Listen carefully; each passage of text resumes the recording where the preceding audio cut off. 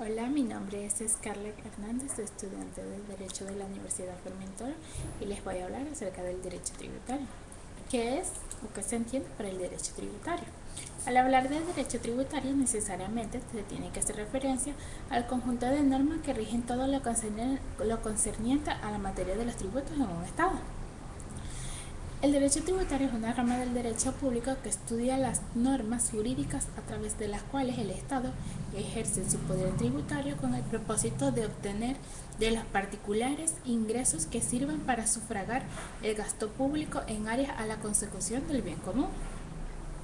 El derecho tributario o derecho fiscal comprende el conjunto de normas jurídicas que regulan el nacimiento, la determinación y la aplicación de los tributos, los derechos y obligaciones que nacen tanto para el sujeto obligatorio como para el Estado acreedor. ¿Por qué se habla de la autonomía en el derecho tributario? El derecho tributario comprende el derecho financiero y el derecho financiero comprende lo que es el derecho tributario, que es la disciplina jurídica independiente donde la actividad financiera está vinculada con la aplicación y la recaudación de los recursos.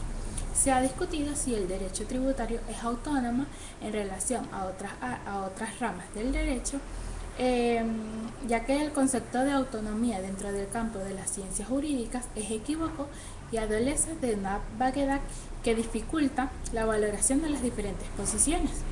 Es decir, que la autonomía no puede concebirse de manera absoluta, sino que cada rama del derecho forma parte de un conjunto del cual es porción solidaria. Se entiende entonces que al hablar de autonomía se refiere al funcionamiento de cómo nace la obligación del pago del tributo, pero que ésta se diferencia de esa relación directa con el derecho privado.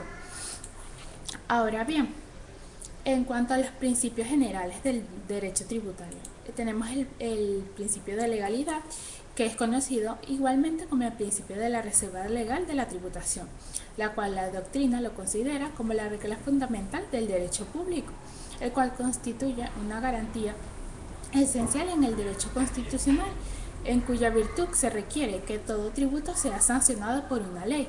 Es importante señalar que este principio se encuentra en el artículo 317 de nuestra Carta Magna. El principio de generalidad.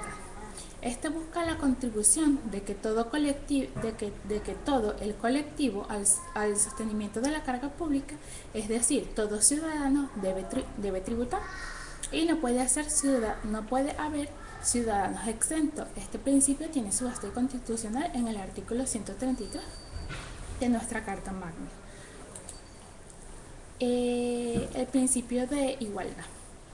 Este principio significa que la ley se debe aplicar de igual manera a toda persona, o sea, que frente a una relación jurídica tributaria nacida de la ley, todos deben ser tratados con aplicación de los mismos principios. Exige que la fijación de los tributos a los habitantes de un país sean en proporción a sus ingresos o de acuerdo a su capacidad contributiva, es decir, que a mayor ingreso, mayor impuesto. Ahora bien, el principio de la no confiscatoriedad. La Constitución de nuestra República Bolivariana de Venezuela consagra el derecho a la propiedad privada, su libre uso, goce y disfrute, y prohíbe prohíbe la confiscación salvo las excepciones expresamente establecidas en la ley. El principio de la no retroactividad. Ninguna norma podrá aplicarse con carácter retroactivo, salvo a los casos en que favorezca al infractor. Esto se refiere al hecho de que los tributos no tienen efecto en el tiempo, salvo las excepciones previstas en la ley. Este principio tiene su base en la Constitución de la República y en el Código Civil, y significa aplicar una ley nueva a los actos del pasado.